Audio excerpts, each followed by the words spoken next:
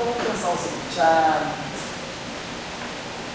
na aula passada nós começamos a falar, tentamos encaminhar a discussão de como os tensores do espaço de univóides podem ser recompostos em termos de tensores, tudo bem, Kátia?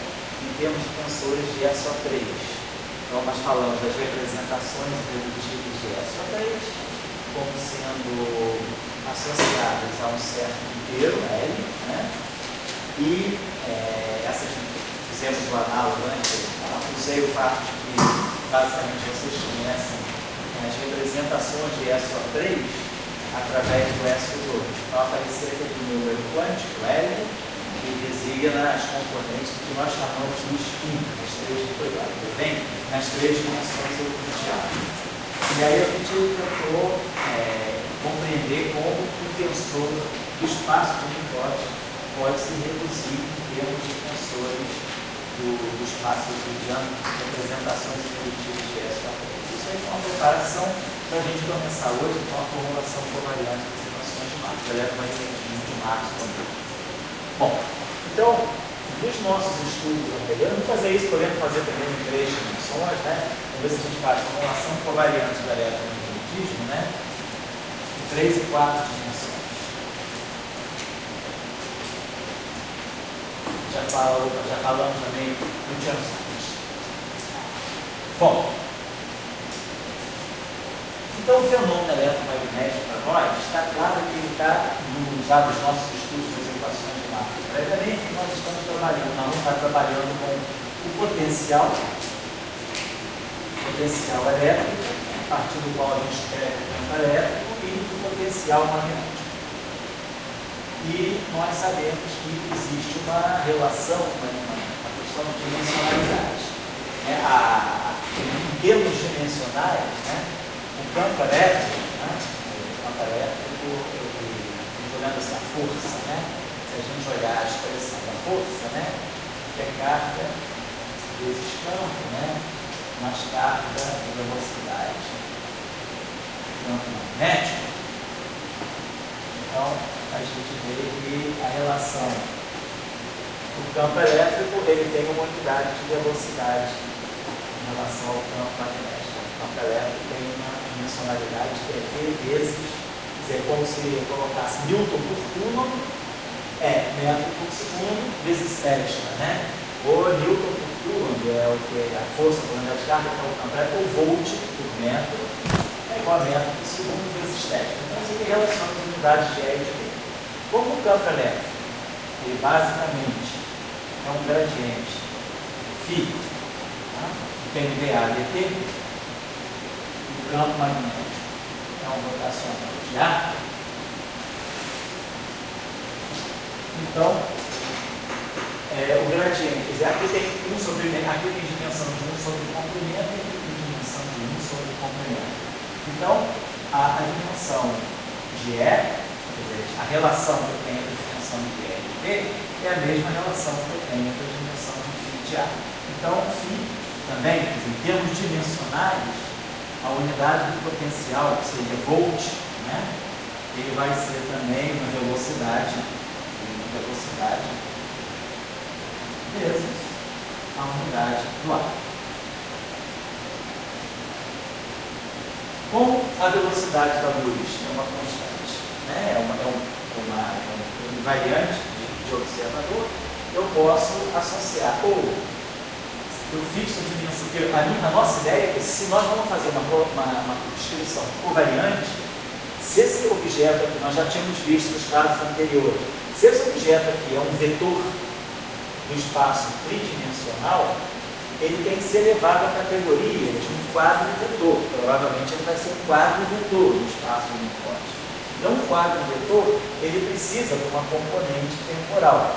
Então, o nosso ponto de vista aqui seria associar o φ à componente temporal do quadro vetor e associar o próprio A às componentes espaciais desse vetor. Mas aí, para colocar esses dois objetos sob a forma de um único vetor contravariante ou por variante, não importa, eu preciso padronizar as unidades. Quer dizer, eu tenho aqui uma discrepância de uma unidade de velocidade. Esse cara aqui é velocidade vezes esse cara. Então, ou eu divido, né? Eu coloco, quer dizer, esse cara aqui é velocidade vezes esse. Então, claro, a nossa ideia é associar esse φ, que é o escalar, ao a zero, e esse A ao AI. Como esse cara aqui tem uma unidade de velocidade a mais, esse fator de velocidade em relação a esse, então nós adotamos esse ponto de vista. Nós tomamos o quadro de vetor, essa vai ser a nossa convenção.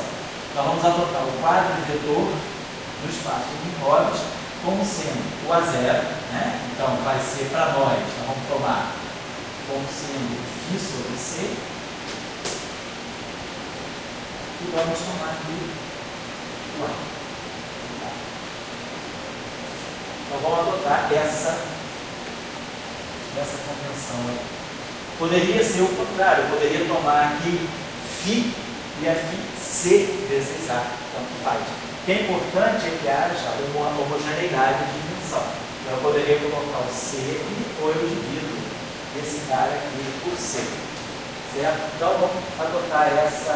E vamos pensar também na discussão, já que a gente está. O vetor, nós já sabemos que o vetor não necessariamente ele fica só com um quadro de vetor. Na aula passada nós vimos um exemplo bem claro que um vetor, um tensor antissimétrico no espaço de Minkowitz, quando eu tenho no espaço de Minkowitz S em I igual a menos S em I, um tensor antissimétrico, tem duas categorias de componentes no espaço de Minkowitz. Ele pode ter uma componente que é mista, temporal e espacial, ou ele pode ter as duas componentes de índices espaciais. Esse cara aqui, como é antissimétrico no espaço de Minkowitz, é uma matriz antissimétrica 4x4, ela tem 6 elementos independentes. Então aqui eu tenho 3 e aqui eu tenho 3. Então essa matriz aqui é antissimétrica no espaço, no setor espacial. Então nós associamos esse objeto aqui a um certo vetor S, e como esse objeto aqui é uma matriz antissimétrica 3x3, nós sabemos que é uma matriz antissimétrica 3x3 por dualidade, né? Nós fizemos isso da outra vez. Nós abaixávamos esses dois índices espaciais, e isso aqui para nós é um epsilon y K e um vetor aqui WK. Então, na verdade, um vetor ele pode ser parte de um tensor de vetores. Ele não precisa, né, ser necessariamente enquadrado num quadro de vetor. Mas ele precisa, para ele estar dentro de um tensor de rank 2, e isso ser uma atribuição covariante do ponto de vista da relatividade especial, para isso ele tem um caráter tensorial no espaço de Minkowitz. O vetor, para estar dentro de um tensor de rank 2, ele tem que ter um companheiro vetorial. Isso aqui, essa matriz aqui do espaço de Minkowitz, vamos colocar assim, né? S em I, ela teria essa estrutura do espaço de Minkowitz. Por ser uma matriz antissimétrica, claro que a diagonal dela é zero.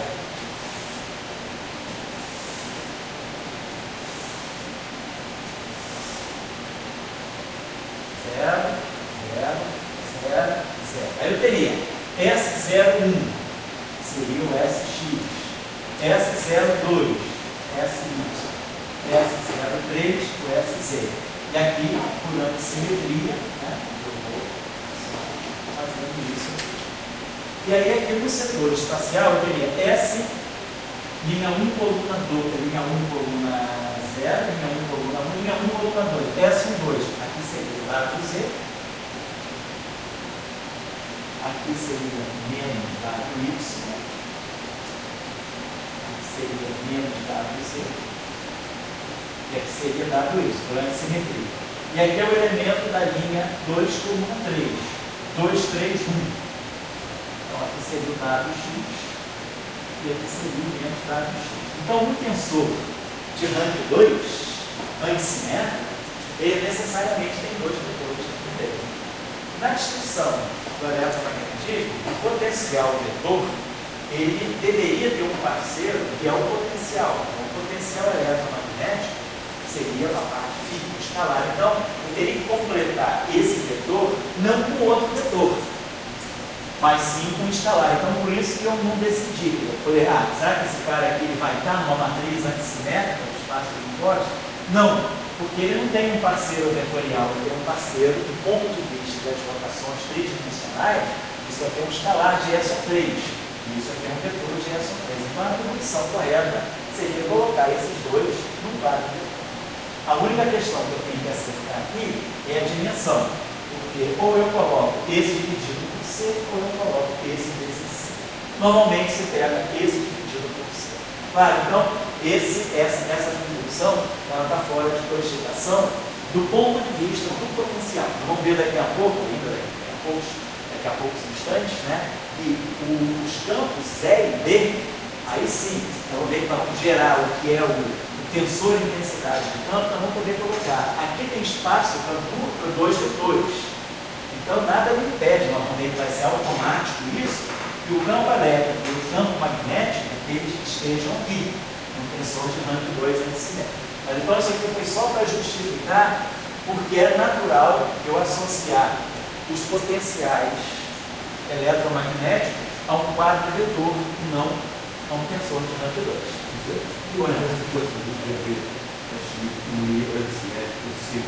Simétrico, se ele for simétrico.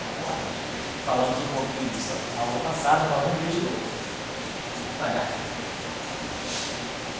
Se ele for simétrico, então nós vimos na aula passada que tem uma discussão sutil aqui relacionada ao traço.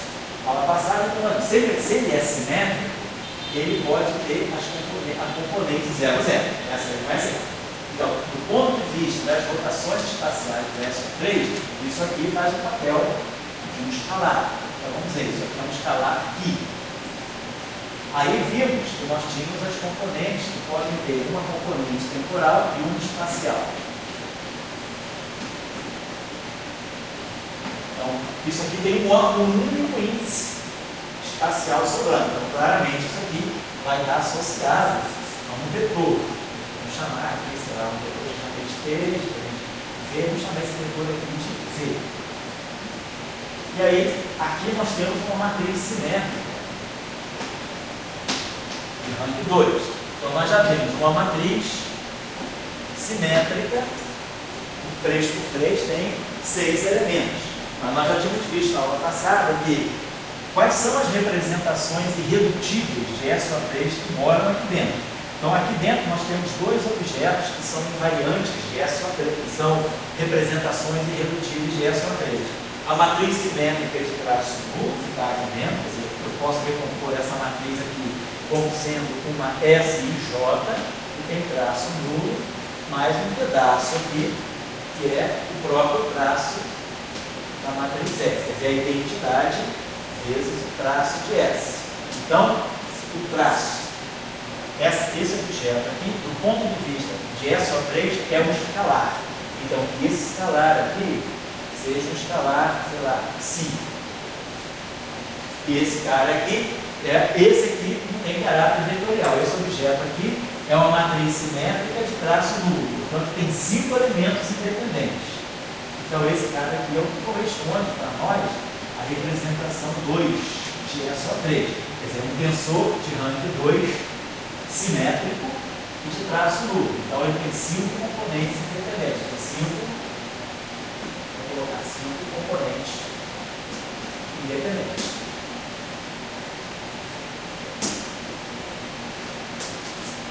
Então, dentro, dentro desse tensor, então aqui dentro nós podemos identificar dois escalares, esse escalar,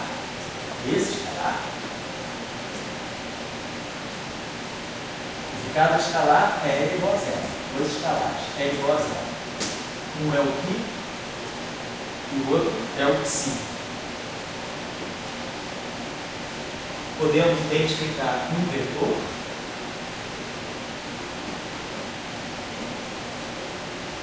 esse cara aqui, é igual a 1, tem 3 componentes.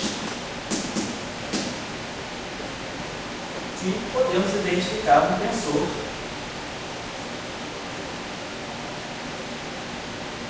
de ranking nulo, de traço nulo, simétrico, que é o R igual a 2. Então, nesse caso também, se eu quisesse colocar aquele vetor A aqui, ele teria que ter vários parceiros, ele teria que ter dois parceiros escalares e um parceiro tensorial. Então, também fica fora de cogitação. O que a gente vê que a distribuição realmente mínima, porque a gente sabe que o eletromagnetismo depende, na forma mínima, ele depende desses dois potenciais, então a forma mínima é colocar exemplar no vetor. Existe um trabalho interessante de 65, que é um trabalho Cabibbo e Ferrari, numa discussão de 65, que era tentando fazer uma teoria de campos para monopólios magnéticos.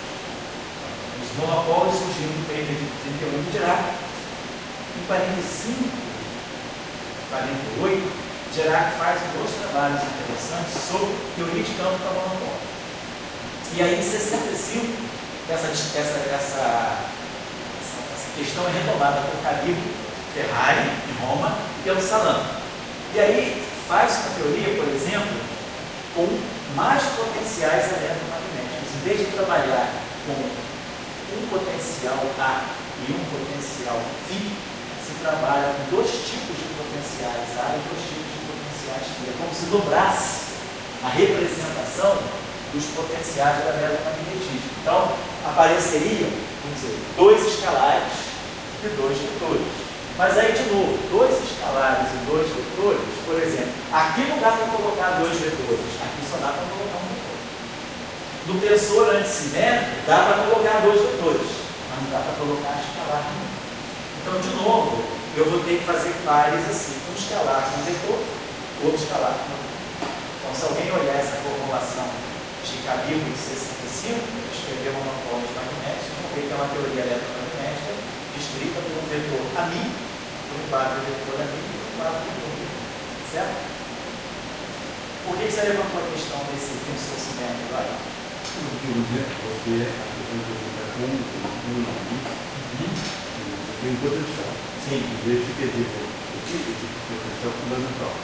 Então, esse potencial eu posso fazer dele um tensor simétrico e um tensor antissimétrico. A partir dele. Então vamos discutir isso agora. Porque meu primeiro problema não é o que vem a partir do potencial, é o potencial em si. Então a minha primeira questão é aonde eu localizo, onde eu situo o potencial no espaço de quadro. O potencial em si. Agora vamos ver, depois desse potencial, o que nós podemos construir? Podemos construir algo simétrico, algo antissimétrico. É claro, mas a primeira questão que nós estamos colocando é o potencial em si. Aonde é que eu enquadro um escalar e um vetor? Então, quer dizer, é mais ou menos automático que dentro de um quadro vetor, nós já sabemos, né? Nós temos um escalar de SO3 e um vetor de SO3. Então é natural que esses potenciais sejam introduzidos dentro do quadro vetor do espaço de campo, certo? Vamos colocar essa questão. Agora vamos em frente para discutir o que vem daí. A gente discutiu ele eram dois potenciais. Dois potenciais, um potencial a mim e um potencial PI. Mas não era tudo no mesmo campo. Não era o mesmo grupo. É como se eu tivesse dois unis. E eles queriam fazer o quê? Queriam descrever, acomodar o monopólio magnético. Eles queriam ter. É como se eles quisessem ter dois tipos de potências, de field strengths, para poder evitar. Ainda Tem a referência que tem para vocês. Tem que passar para vocês. Eu passo para vocês então. A referência do cabelo pode ser um bom exercício para esse início. Vou passar a referência. Faço o PDF, oi? Se tivesse um eletromagnetismo lá, o eletromagnetismo lá é duplica o eletromagnetismo. Então, eles queriam fazer o monopólio. Eles queriam fazer o monopólio sem precisar. Porque nós vamos ver hoje que a equação, que o problema do monopólio magnético Dirac é que ele vai obrigar a ter uma classe nova de singularidade por causa da violação da identidade do piano. O que eles queriam era introduzir o monopólio sem violar a identidade do piano. Por isso que eles tentaram fazer isso. Para evitar estrinho, evitar estrinho. Vamos colocar então aqui. Monopólio sem violar a identidade. Seria. Você não vai ver isso depois. Então, bom, primeira coisa, então como é que fica a transformação? Bem, se esse objeto é um quadro vetor, então eu sei como esses objetos aqui se transformam sob transformação de Lorentz. Então, eu teria, então, se eu fizer uma transformação de Lorentz, então,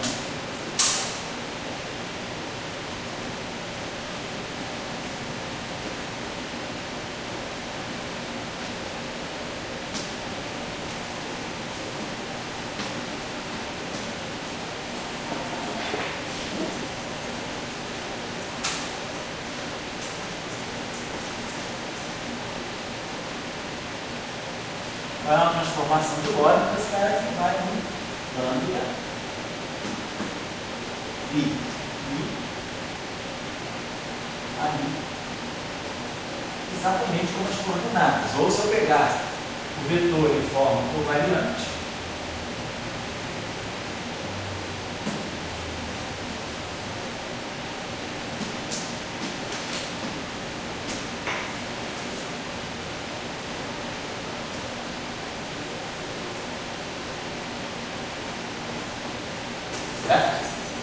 então, por exemplo, se eu fizer um boost, né, se a gente fizer o famoso boost lá, né,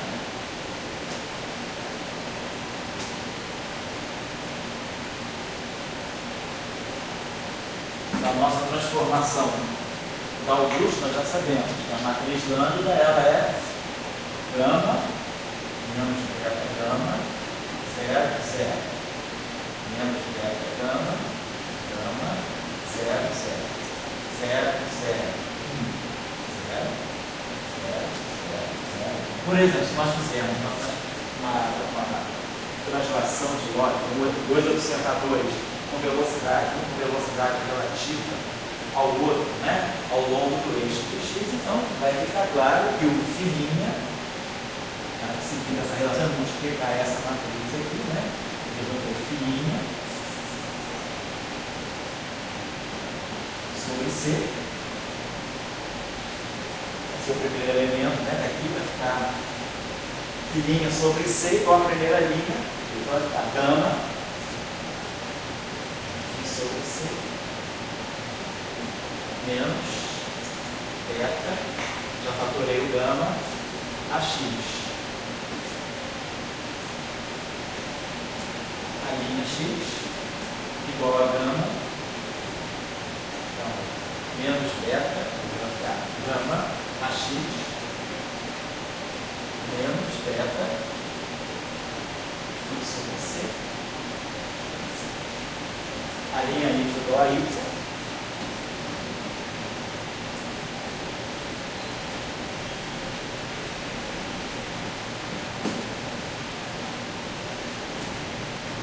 Quer dizer, claro, aqui tudo das coordenadas linha, né? Aqui são os tempos linha e as posições linha, porque a posição se transforma nas coordenadas, o quadro vetor de posição no espaço de costa se transforma com a mesma matriz do amigo. Então aqui é tudo T', X', T', X', são linhas elementos, vão colocando a dependência porque vão pesar a notação. Então eu sei como é que os potenciais automaticamente se transformam sobre, por exemplo, um boost de Lorentz, tá? Sim. Por isso que você falava que o P é um escalar do ponto de vista de Sócrates. Do ponto de vista do espaço do Minkowski, ele não é um escalar, ele é a primeira componente de um quadro vetor. Quer dizer, a componente de um vetor não é um escalar. Φ é um escalar se eu falar de S3, mas ele não é um escalar se eu falar do escudo de Lorentz, é só um 3. Aqui já vem Marx, já vem uma tira. Sim. Ali é um raciocínio mais efetivo. Como é que você detecta que o Φ, você tem as equações de Marx, E e B, e que o Φ é um escalar? Quer dizer, a gente sabe da eletrostática. Rotacional de E é igual a zero, né? Eletrostática. Rotacional de E é igual a zero. Então isso me diz que o E é menos o gradiente do potencial. Então eu já introduzo esse escalar quando eu entro com a eletrostática. Depois, quando eu entro com a equação de Faraday-Lenz, é que eu corrijo o E pelo dA de D. Mas no limite eletrostático eu tenho que B rotacional de A e E menos gradiente. Mas o E é igual a menos Aquilo garante que o φ, que eu tenho um vetor e o gradiente de um escalar. Então isso aí garante que Isso fica um escalar sobre rotações, é só 3. Como é que aparece? Tirou um escalar. Isso. Um escalar. Isso. Isso. Não, é só 3. Por quê? Porque eu estou no espaço euclidiano. Quer dizer, a minha, eu estou olhando essa descrição do ponto de vista das rotações tridimensionais. Aí é um escalar de direção 3 por isso. Mas aí nós entendemos que a relatividade especial, ela pega... Oi, terminaram lá? Então faz o seguinte.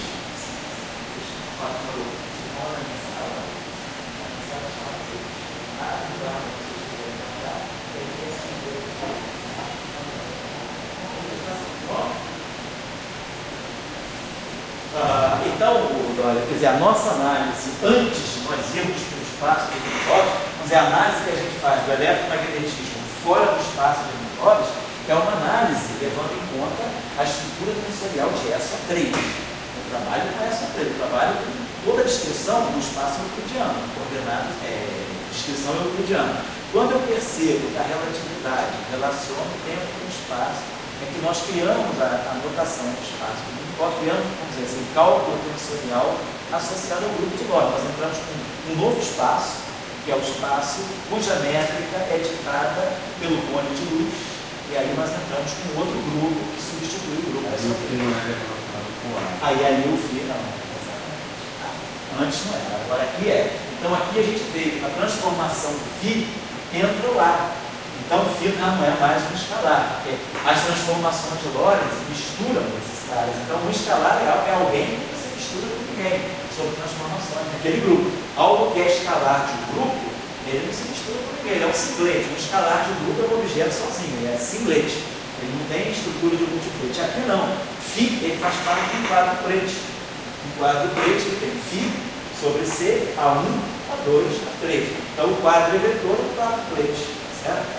Ele é do ponto de vista do grupo de Lorentz. A invariância da luz da vida, se nós temos significado claro que ela é uma formadura do conjunto. Sim, ela cria, quer dizer, ela cria novos conjuntos, ela agrupa, né? O que o espaço, o que sem a relatividade é um escalar e um vetor, com a relatividade você liga escalares e vetores numa única estrutura, você define uma nova estrutura. Ela tende a agrupar, ela agrupa dois vetores, o tensor é de simétrico de rank 2, ela agrupa dois vetores que formam um único objeto, ela forma um novo conjunto. Dois vetores formam um novo conjunto, que é aquele S milímetro simétrico, que é uma estrutura irredutível que não se mistura com mais ninguém. Ela cria uma estrutura à parte sobre o grupo de Lorentz. Depois a mesma coisa, o escalar. O tensor simétrico de rank 2. O tensor simétrico de rank 2, ele agrupa dois escalares, um vetor e um tensor de traço nulo. Ele agrupa aqueles 10 elementos numa única estrutura. Quer dizer, são elementos completamente diferentes do ponto de vista das rotações tridimensionais. São dois escalares, um vetor e um tensor. Então, esses objetos são diferenciados do ponto de vista das rotações. É só 3. Mas do ponto de vista do grupo de Lorentz, eles formam uma estrutura única. Eles formam um conjunto único. Seria um tipo de uma biologia. A biologia das simetrias. Você está criando estruturas mais complexas. A partir da simetria. Criar uma célula. Porque a simetria não faz isso. A supersimetria, então, ela vai mais ou menos. O que a supersimetria faz? Ela já não separa mais bóson de ferro. Ela já cria, vamos dizer, células mais complexas, quanto bósons e férmions estão na mesma estrutura. Você cria uma nova categoria de vetor, onde algumas componentes são veposônicas e outras componentes são fermiônicas. Então, a gente já amplia a nossa noção do que é um vetor, do que é um espidor, do que é um tensor. E à medida que a gente vai tendo simetrias mais amplas, a gente vai ampliando a nossa noção de tensor. O que é um vetor? O que é um vetor de SO3? É um objeto com 3 componentes. Agora, o que é um vetor no espaço de Minkowski? É um objeto com 4 componentes. E uma componente dele, que que nem é vetor do ponto de vista do espaço euclidiano, do SO3, do ponto de vista de SO3, isso é um vetor e isso é um escalar. Então, do ponto de vista do SO3, esses dois objetos nunca se misturam. Uma transformação de SO3, ela fica só aqui e só aqui. Agora, SO3 relaciona. Está aqui, ó. Então, esses objetos agora, do ponto de vista da relatividade espacial, eles são componentes de um mesmo vetor. Ao passo que, do ponto de vista das rotações espaciais, SO3, a zero é uma coisa, a mesma coisa, deixa eu tomar um xixi só, desculpa. Por exemplo, quando você faz uma transformação de SO3 no campo elétrico, o campo elétrico transforma os três componentes entre si, X, Y e Z, formam um triplete. O campo magnético, Px, Dy, Dz, forma um triplete. Dois tripletes à parte. Nós vamos ver daqui a pouco que a relatividade especial ela vai colocar o E e D numa única matriz antissimétrica no espaço uniforme. Aquela matriz que eu tinha apagado lá, que era o S simétrico, né? Ela vai colocar as três componentes do campo elétrico e as três componentes do campo magnético no mesmo objeto. Então, as transformações de Lorentz, elas já vão misturar E com B. Então, E vai em B, B vai em E. Então, do ponto de vista das transformações de Lorentz, E e D já não são mais invisíveis. Mas agora você mistura. A relatividade especial, ela não reconhece E como uma estrutura e D como outra estrutura. Ela reconhece E e D como componentes do mesmo objeto mais alto. Então, você criou um conjunto mais complexo. E assim vai. Se a gente pega no grupo SO3, se a gente pega o grupo SO23, o antitecido, ainda joga mais coisa. Está clara a ideia que está se formando, né? O que é tensor? Um grupo pode, com outro grupo, ser parte de um tensor. O que é escalar para um grupo não é escalar para outro, é a zero. Φ é um escalar de SO3, mas Φ não é um escalar de espaço unitótico. Se eu fizer uma transformação de Lorentz, Φ não é igual a Φ. Vai ser igual a Φ. Se mistura com as componentes, tá certo? No exemplo, eu acho que uma pergunta sempre importante, né? É essa questão da parte e o todo. Né? Sim. Então, o todo é a parte, o todo é mais a parte. A gente discutiu a discussão grega. Sim. Então, a questão da simetria, a simetria, a ideia dela é formar conjunto. Então, ela pode formar subconjunto. Olha, enfim, pode fazer.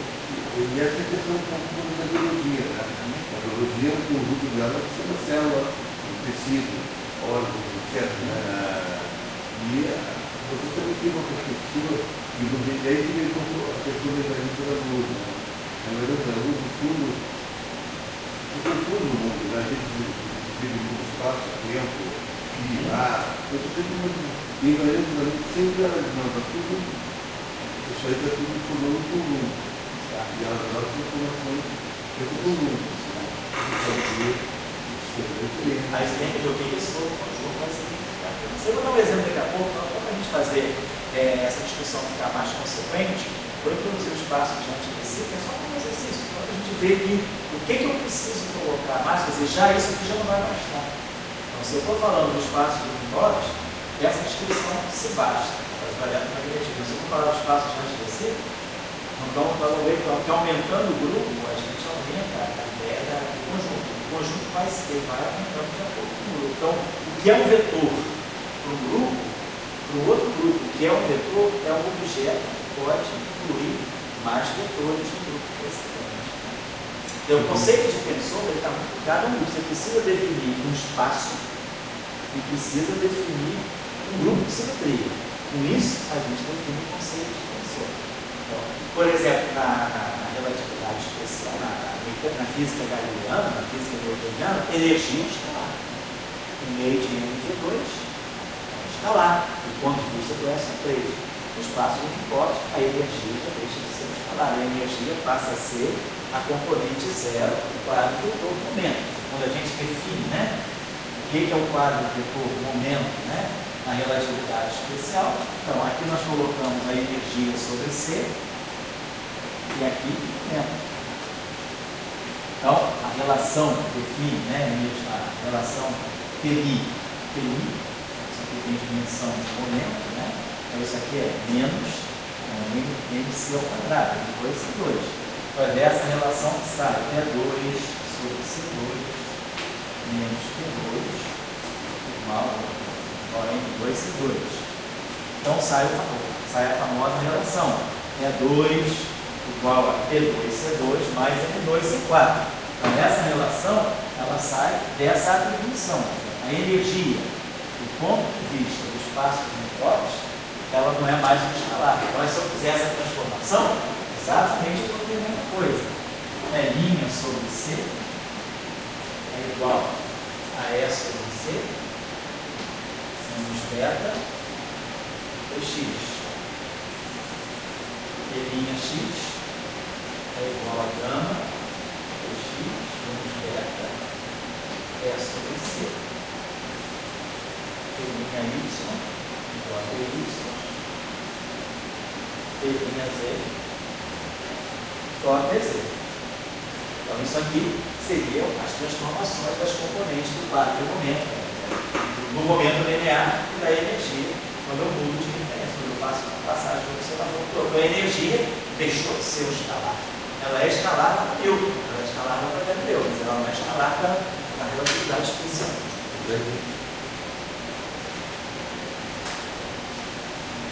Ô, garoto, você está fazendo certinho? Sabe onde está? Na quarta-feira eu vou tudo. Aí, vou passar a cara, tudo, você vê, um abraço, tchau. Fala aí, Dória.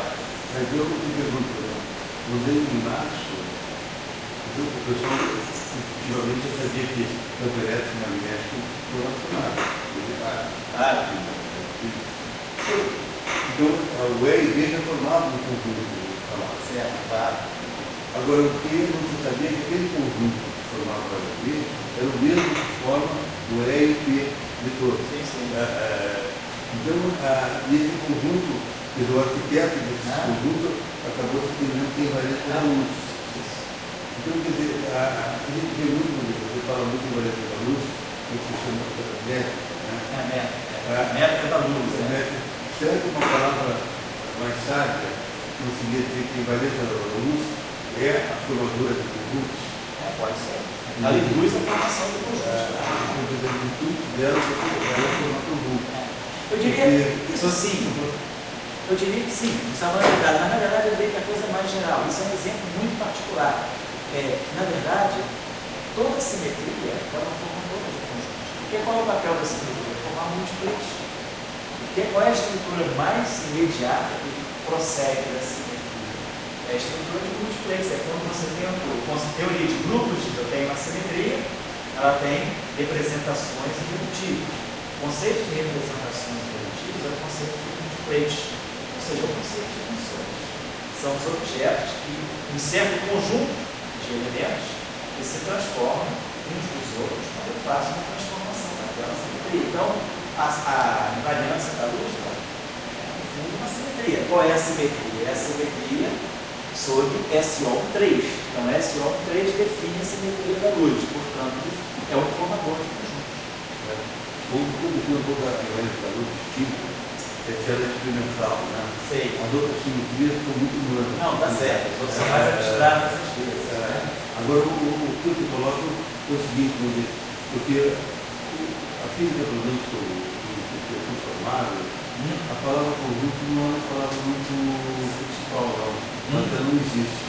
A gente usa uma notação mais técnica, a gente usa a noção de múltiplex ou de representação redutível, mas é a mesma coisa, um conjunto. É um certo conjunto. É um conjunto com certas atribuições. A representação redutível é um certo conjunto com uma certa dimensionalidade, que é o número de componentes dele, e com uma certa característica de transformação. É o conceito de representação. Agora, eu vou dizer que essa palavra é uma palavra muito forte em biologia. Sim, sim. Bom, certo. E a palavra que leva o conceito de evolução, a palavra conjunto. Quer dizer, se sem a palavra conjunto, você tem que colocar a palavra interação. A interação é uma evolução ao longo do tempo. A evolução depende da interação. Mas, digamos, você é depois que você vai falar em mecânica quântica, você tem um santo, você tem ali forte a palavra, o coletivismo, mas ali com outras características. São simplesmente réplicas, vamos ver. A questão tem um livro aqui na biblioteca muito interessante, ele discute muito bem o conceito de simetria e teologia. É um livro grande de simetrias, um livro de simetria. Ele discute simetrias nas artes, ele discute simetria na biologia, ele discute simetria na filosofia, na física, na matemática, em vários campos de conhecimento. Seria interessante pegar esse livro e ver como é que os biólogos ou as pessoas que estão pensando esse conceito de conjunto, de formação de novas estruturas a partir da simetria, estão desenvolvendo essa questão na biologia. Biologia, a história de simetria, a assinatura da natureza, também a luz, certo? A assinatura da luz e a luz formadora do conjunto, e o segundo naturalmente leva a um tipo de evolução. Colocando para vocês, se eu estou no espaço de voz, a frequência também já não é mais um invariante de voz, já não é um invariante de voz. A frequência não é um escalar no espaço de voz, ela é um escalar no espaço euclidiano, é um escalar de S sobre E. A frequência e o vetor de onda se fundem num único quadro vetor. E aí, claro, eles também se transformam. Então, a transformação da frequência, que é justamente daqui que a gente estuda o efeito Doppler relativístico, ômega linha, ômega sobre C, beta, kappa x, kappa linha, x, grama, kappa x, beta, ômega sobre C, kappa linha y, igual a kappa y, kappa linha z, igual a kappa z. Então, estou pegando um outro exemplo, um outro quadro. Então, todo mundo tem a mesma característica. Da mesma forma que os potenciais se transformam qualquer quadro vetor, seja vetor posição, transformação do tempo da posição é a mesma, a transformação do quadro vetor momento, a transformação do quadro vetor de onda. Então, assim, qualquer objeto que é um quadro vetor sob um boost na direção x se transforma. Daqui, por exemplo, a gente tira o efeito Doppler, a gente vê aquela relação da frequência que vai aumentando, à medida que o observador se aproxima, e a frequência que vai diminuindo o observador. É só olhar essa relação aqui que a gente vê que é o delta onda. Oi? É o vetor de onda, isso. É o vetor de onda e ômega. Vetor de onda. Então, por exemplo, só para a gente levar, se eu tiver um outro objeto que não seja um quadro vetor, suponhamos então que eu tenha um tensor de um vetor, se eu tiver aquele objeto que eu tinha escrito para vocês, vamos dizer que eu tenho esse objeto aqui que é o simétrico, SI simétrico. Então, nós tínhamos feito a decomposição dele. Quem é o SI? Nós temos feito assim, quando pensou uma matriz 4 por 4 simétrica.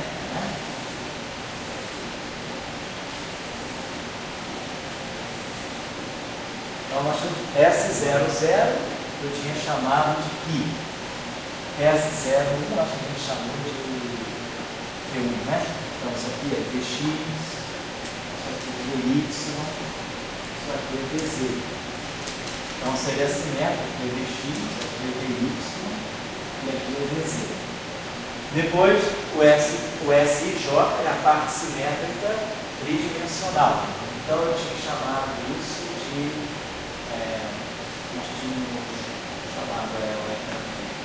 chamado de ST,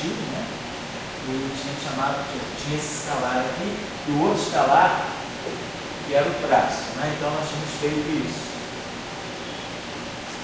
SIJ, para nós, era isso aqui, era ST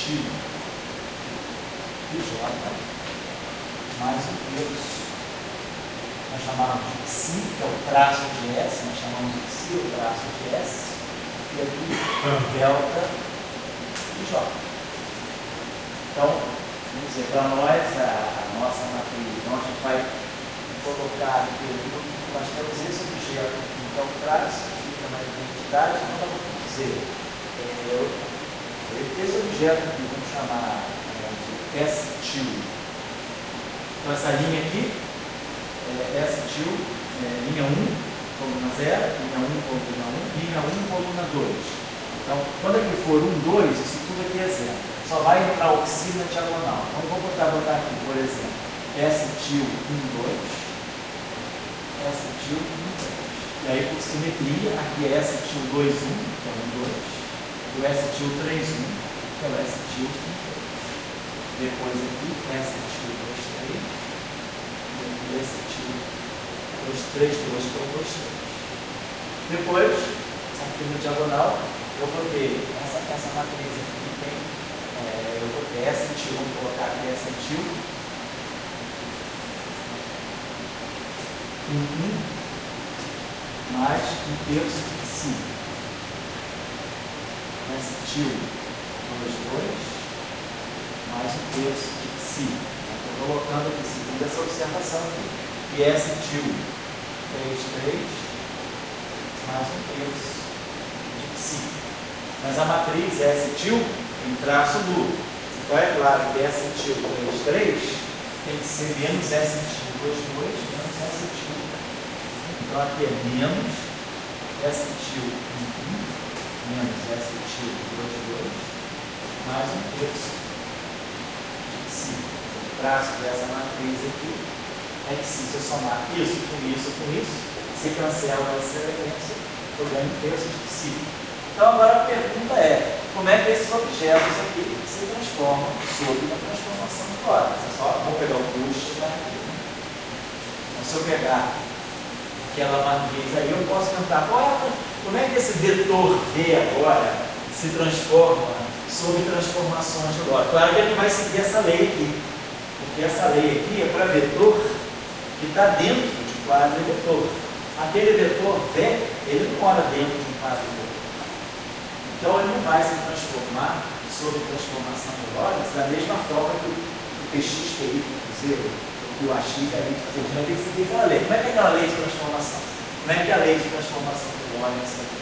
Essa linha, mi, lambda, mi, kappa, lambda, mi, lambda, é assim. Claro que eu posso colocar essa matriz, essa relação de forma matricial. É a matriz lambda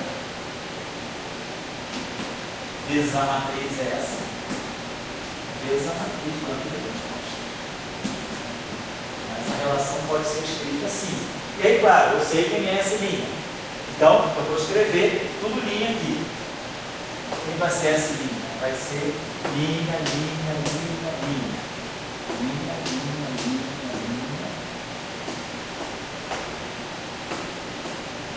Tudo linha. Essa é a minha matriz, essa linha. E aí eu vou ter isso aqui.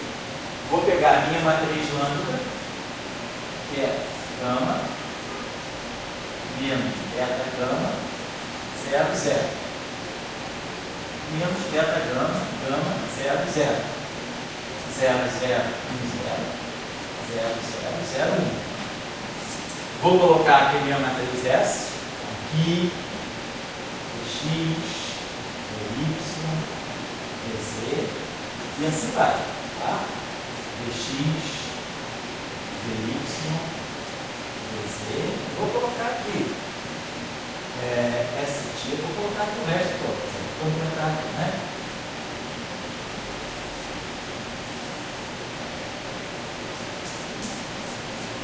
Não vou refazer, vou copiar aqui, mas é aquela matriz. Vou colocar aquela matriz na forma S e vou colocar aqui a matriz transposta naquela, por acaso é ela mesma.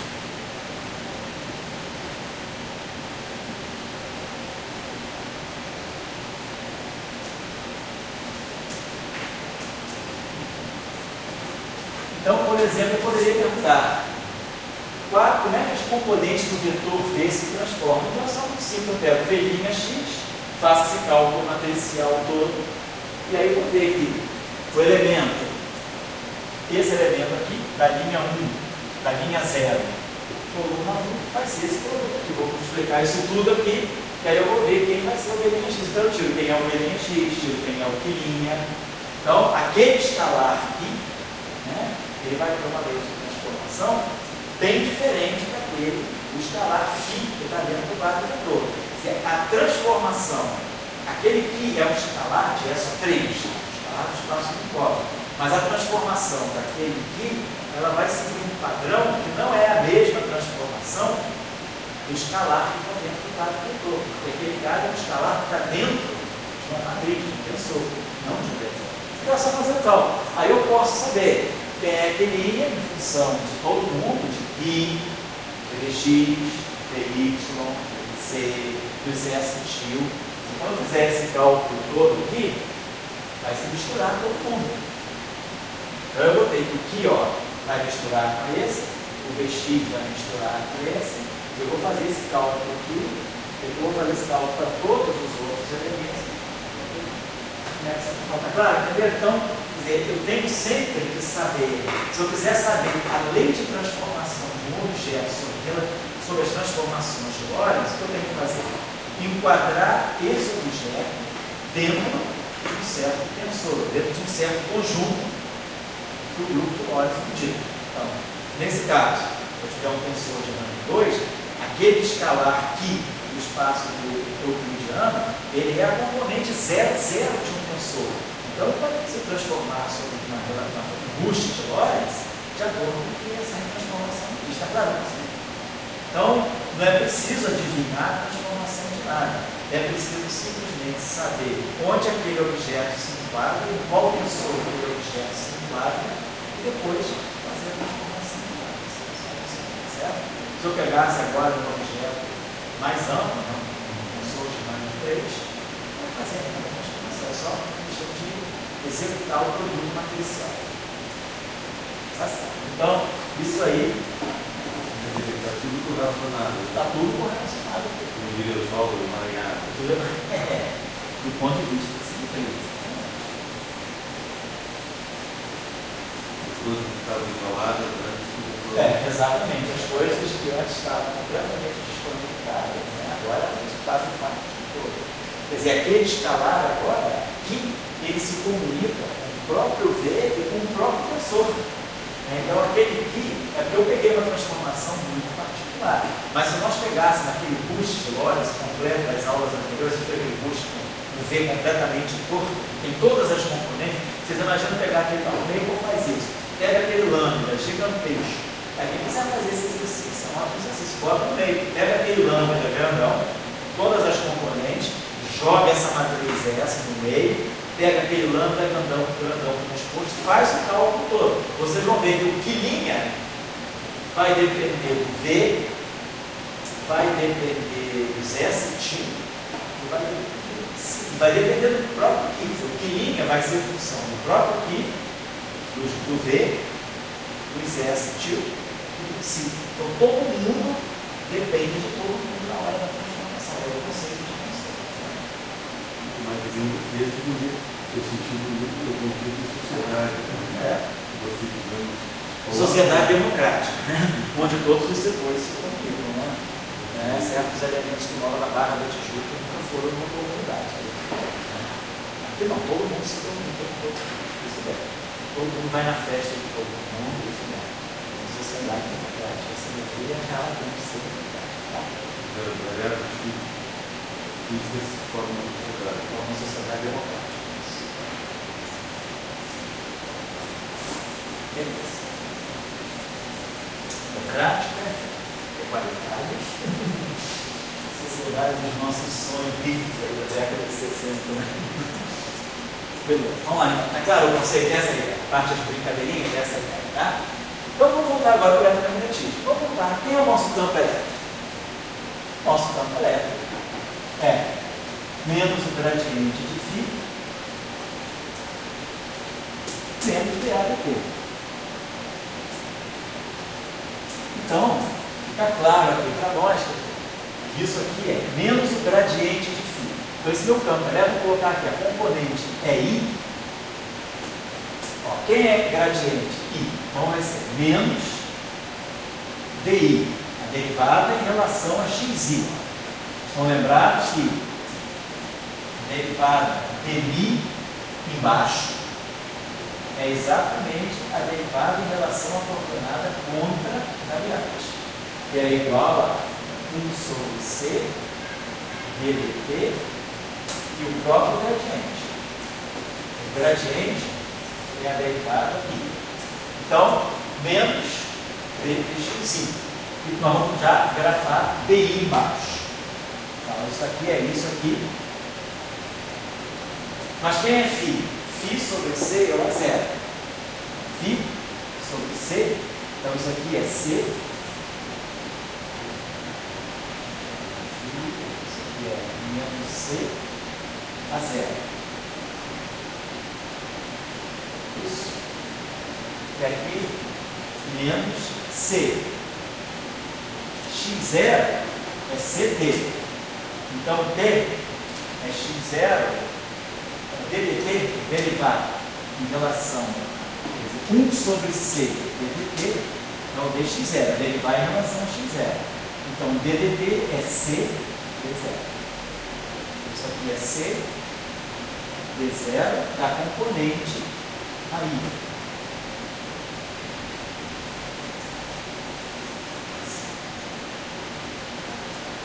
Então, a gente está vendo o seguinte, a componente é I, o A0 em cima é o A0 embaixo, menos C. Então eu posso botar, vamos dividir o E por C. Vai ficar menos gradiente, o A0 em cima, a métrica, A0 em cima e A0 embaixo. Agora, o AI em cima é menos o AI embaixo. Então isso aqui é mais C D0 do AI. Então, já deixei. Então eu posso escrever isso aqui, né? Então essa grandeza aqui, o EI sobre C é D0 do AI menos DI do A0. Claro que isso aqui gera D0 do AI menos DI do A0. Depois a gente vai dar um nome para isso. Vamos pegar agora que é o campo magnético. Não?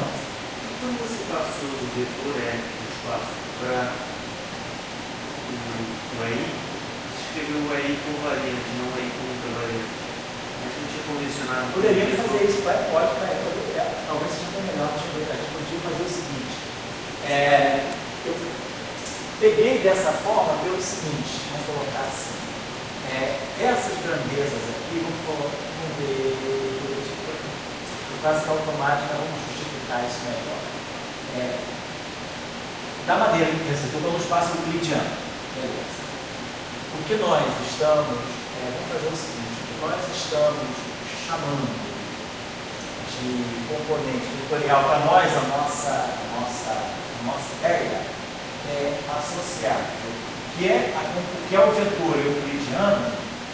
Nós estamos sempre associando ao vetor do componente sim, né? Nós estamos sempre pensando o seguinte, que para nós no espaço euclidiano é o vetor A com componentes AX, AY e AZ, eu estou associando ao vetor na forma contravariante, como o André está falando. Perfeito. Estamos fazendo sempre isso. O vetor euclidiano eu estou associando à forma contravariante. Então, vamos pensar o seguinte aqui. Vou parar aqui para a gente reparar. Então, qual é o pensamento aqui? Esse vetor aqui, vamos fazer o seguinte, vamos esquecer um pouco esse lado aqui. Vamos trabalhar esse lado aqui primeiro.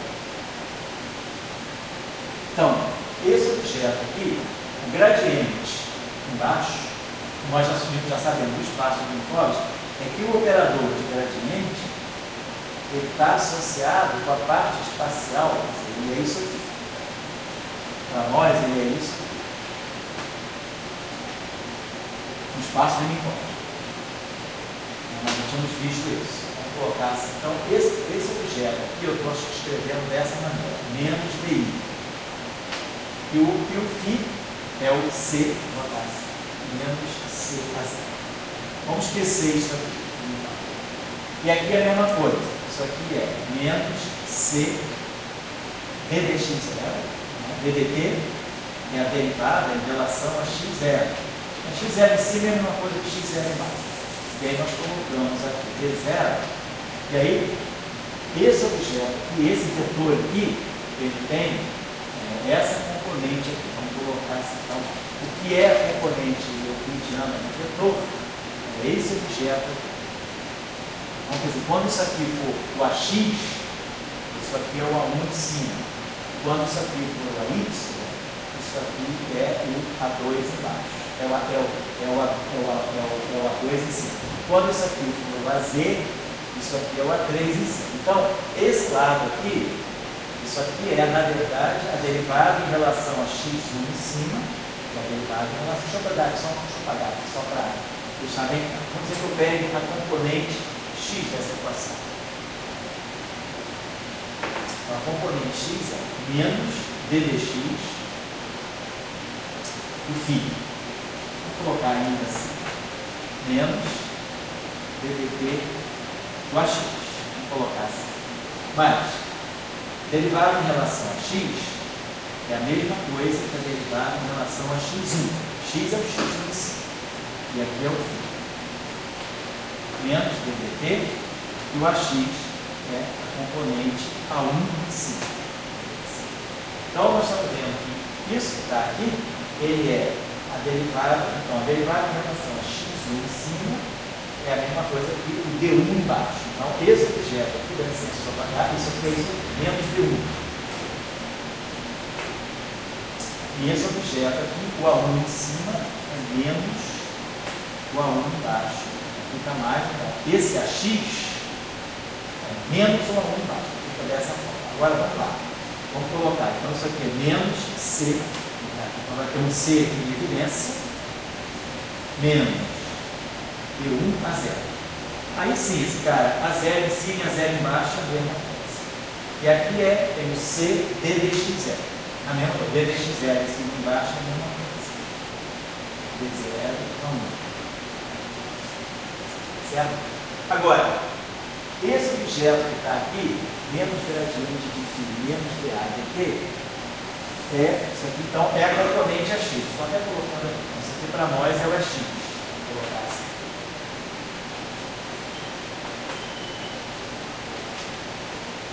Só para a gente ter uma ideia.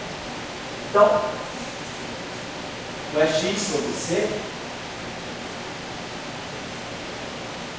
é D0, o A1, e o 1 a 0. Bem claro, se eu for fazer a mesma coisa para todas as componentes, né? Se eu pegar a componente x, a componente y, a componente z, o E1, o E2, o E3, vai valer isso aqui. O EI é D0, o EI, menos DI, tá? Esses objetos aqui são os componentes euclidianos. Sai naturalmente que esse lado direito ele está me dando, naquela forma ali, esse objeto aqui está tudo no espaço de Minkowski. Voltando isso aqui tudo no espaço de Minkowski. Mas está claro para mim que essa expressão aqui no espaço de Minkowski, ela está me dando a componente EX euclidiano do vetor. Porque esse vetor, na verdade, ele é componente, vai ser componente de um tensor. Então, por isso que ele tem necessariamente que seguir a mesma descrição que o vetor que está dentro do caso. Tá certo? Então, a gente vai seguir a sugestão do Beck, eu acho que organiza melhor o raciocínio para uma primeira apresentação, a gente estaria fazendo isso. Nós estaríamos, então, vendo que a componente I campo quer dizer, a componente x mesmo, a componente euclidiana, é 1, é 2, é 3, elas podem ser escritas assim no espaço de Minkowski. Então, claro, eu posso escrever isso dessa maneira. Se eu quiser levantar esse índice, eu levanto, tridimensionalmente. Isso aqui é uma componente do espaço do corte. Esse aqui eu levanto e abaixo sem virar o sinal. Esse aqui, vamos colocar desse modo. E vamos fazer a mesma coisa com o campo magnético. Então, no espaço euclidiano, B, rotacional de A. Tudo no espaço euclidiano. Certo? Então, a gente sabe que dx é ddy do AZ menos dDz do AY. BY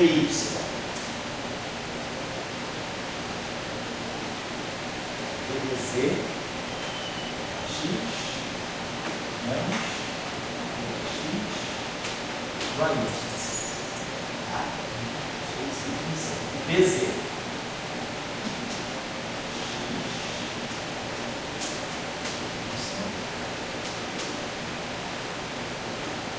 colocar assim. Então a gente está vendo que as componentes euclidianas, vou pegar pelo menos a componente x aqui, só para a gente ver. Então, ddy é a derivada em relação a x2. x2 em cima é o y. AZ embaixo é menos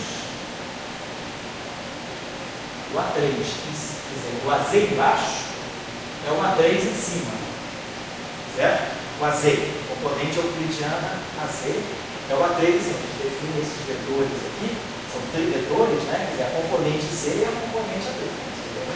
Então, esse AZ é menos o A3 embaixo. Então, ou eu escrevo, ou nós escrevemos, pela nossa prescrição, nós associamos a componente AZ com o A3, que é menos A3. Então, vamos seguir aqui. Então, esse AZ aqui é menos o A3. Então, vou botar um menos aqui. Estou fazendo isso aqui. É só o dx, né? dz, a componente z é o x3 em cima. Então isso aqui é menos dx3. E o ay embaixo, o ay é o A2 em cima, é menos o A2 embaixo. Então vai ficar mais o A2 embaixo. Então, deixa eu falar isso aqui. Isso aqui vai dar dando para nós, por exemplo, dx é menos D2 A3 menos D3 A2.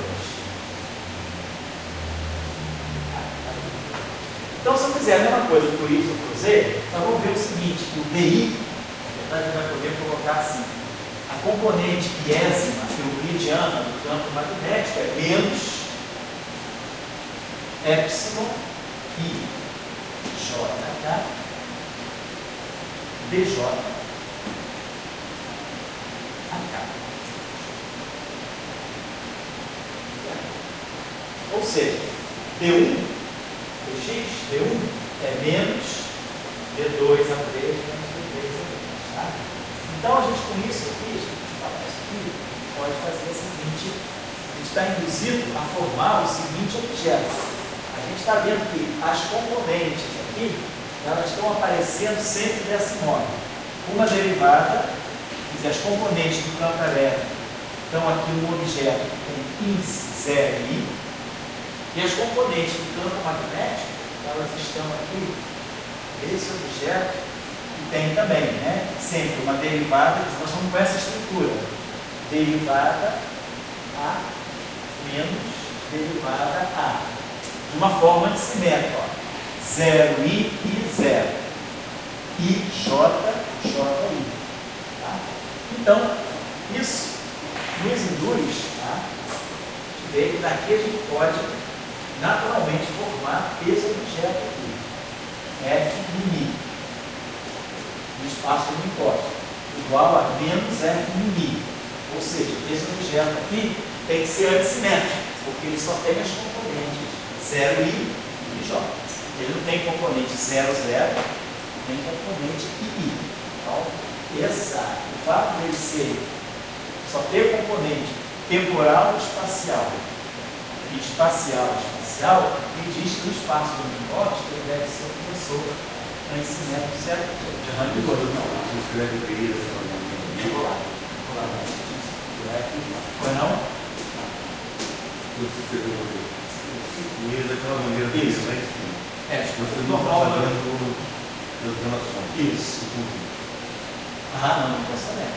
Agora, quando você já está confundindo ali, embaixo do I, você já está aquela manutenção que já usei todas as propriedades Do conjunto tal, porque a transformação de Lorentz, apesar do B só depender do A, a transformação de Lorentz coloca o A em conjunto com o φ. Então o E e o B estão relacionados com o φ. Então a gente vai anotar isso aqui. Então para nós estamos observando o seguinte: se nós definirmos esse objeto aqui, F'I, como sendo DI a I menos DI a I, então já está tudo dito para nós. Nós estamos vendo que a componente F0I é justamente isso. Deixa eu apagar isso aqui. Vou dar uma intervalinha, tá, gente? Opa! Eu nem sei se o Sebastião dá aula hoje, às 6 horas, às vezes é difícil, vou pegar uma sala.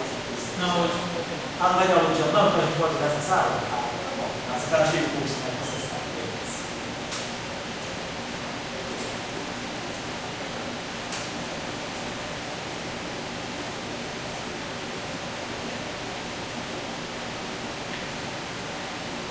Nós começamos 4h30, vamos dar uma hora de mesinha.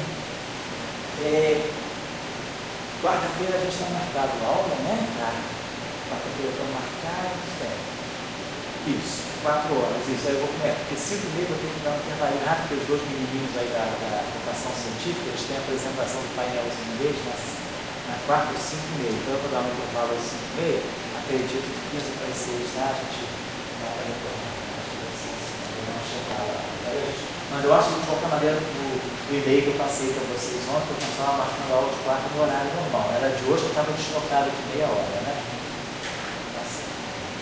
Só para finalizar então essa parte. Então, nós estamos vendo que com essa definição que nós temos ali do FI, então nós estamos vendo que então, nós estamos formando essa matriz aqui, esse tensor aqui, FI. É esse aqui. Tá?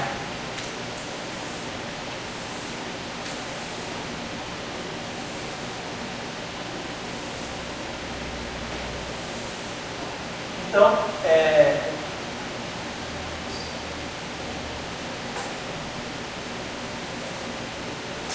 assim.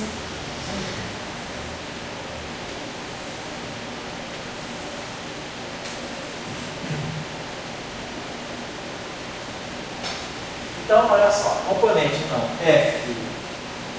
F0I, ela é D0 a I menos DI a 0. Então, no espaço do Hilbert, D0 é 1 sobre C.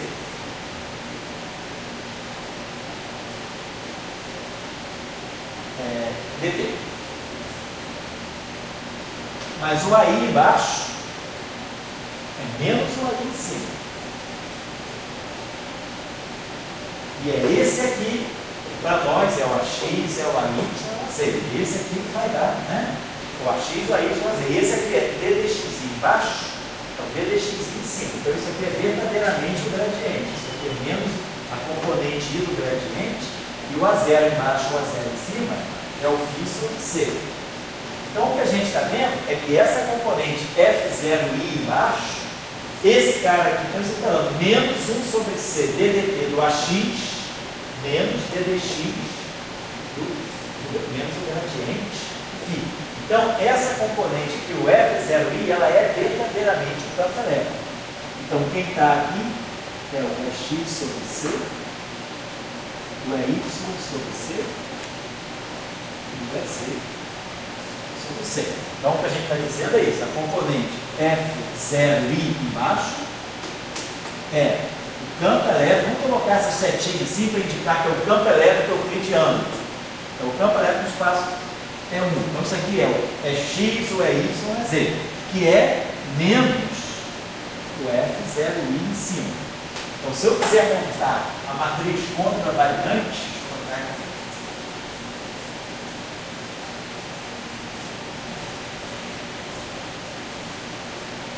se nós quisermos montar a matriz contravariante, nós colocamos aqui do lado, covariante é contravariante, né?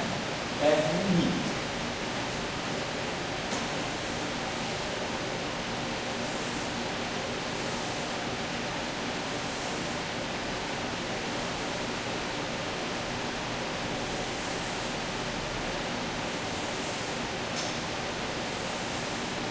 Então, reserva. Então, a componente F0i em cima é menos o campo elétrico. Então, aqui vai aparecer menos X sobre C, menos Y sobre C, menos sobre C. Aqui vai aparecer X sobre C, Y sobre C. A diagonal é toda nula, esse objeto é antissimétrico, né? F', menos F', então a diagonal é nula. Agora vamos ver o setor magnético. Então o campo elétrico ele aparece no setor temporal e espacial. E o campo magnético vai ficar restrito aqui ao setor espacial. Então vamos lá, então vamos pegar quem é o F e J. Quando a gente também vai definir o F-tígica de Minkowski, aí tem um problema do sinal menos em relação ao F-tígica euclidiano. Então, F e J. Então, por definição, vamos aqui o DI a J, né? Menos DJ aí. Então, lembrando, esse DI aqui é realmente a derivada em relação, isso aqui, é ddxi. Mas o AJ embaixo é menos o AJ em cima. É esse aqui que me dá as componentes euclidianas. É esse que me dá o A1, o AX, o AY, o AZ. E aqui é a mesma coisa, menos ddxj em cima. É isso aqui que está me dando, x, y, z. Agora o AI embaixo é menos o AI em cima. Então, essa componente aqui, ela está me dando menos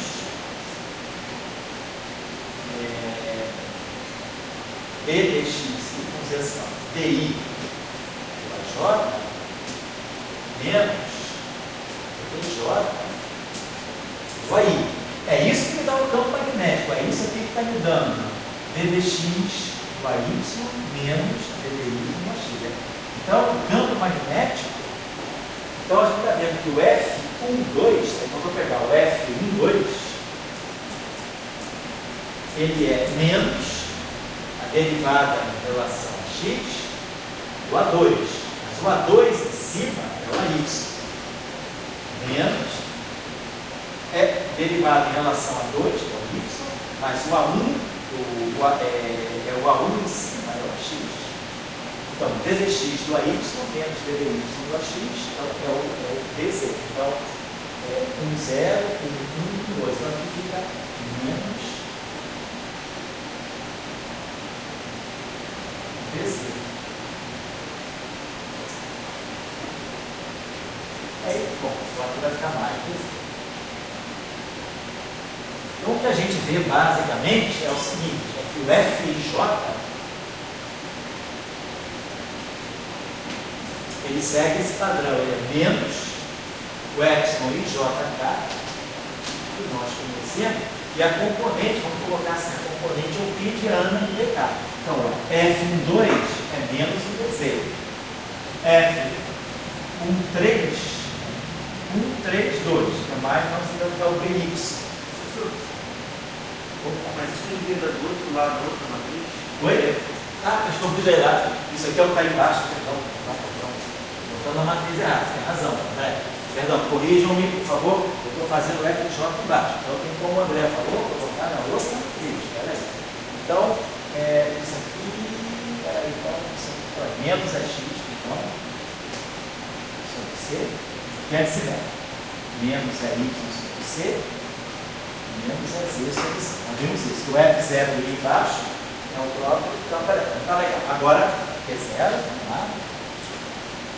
Então, como o André reparou, me corrigiu aí, ó, o F1, 2 é menos o DZ. Então, aqui, nessa matriz fica menos DZ aqui e mais B componente C aqui. Então, nessa matriz aqui, eu vou subir, né? Nessa matriz vai ficar a mesma coisa. Porque quando eu subir o I e o J, eu subo dois índices. Então, dois índices espaciais, nada acontece. Então, o F1, 2 em cima é igual ao F2 embaixo. Então aqui continua menos PZ. Não estava errado, estava fazendo uma lugar errado. Depois, o F13, então aqui, F13, aqui fica dy, e aqui fica menos dy. Fica a mesma coisa.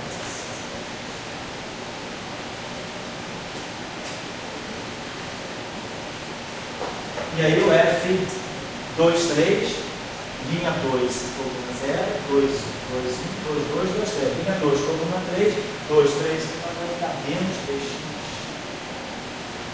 Os dois dá igual. Menos 2x. Mais 2x. Então o que é importante para nós, só para a gente, né, só para catalogar, para a gente lembrar, às vezes, um cálculo rápido, que está toda hora deduzindo, é que o F0i embaixo é igual a menos o F0i em cima, porque eu só subo o índice espacial. Mas o F0i embaixo é a componente, vamos colocar assim. Quando eu colocar a flechinha, é porque eu estou me referindo ao vetor euclidiano mesmo. É o EX, é o EY, é o EZ. E quando eu pegar a componente FIJ embaixo, é igual a componente FJ em cima, porque eu subo os dois índices espaciais. Isso aqui é menos epsilon e J, tá? E o vetor euclidiano pode ficar aqui. Certo? Então, como nós observamos, os campos elétrico-magnéticos, aí sim volta aquela nossa ideia. Um tensor antissimétrico de rank 2 do espaço de Minkowski, ele tem duas representações vetoriais de S3. Uma delas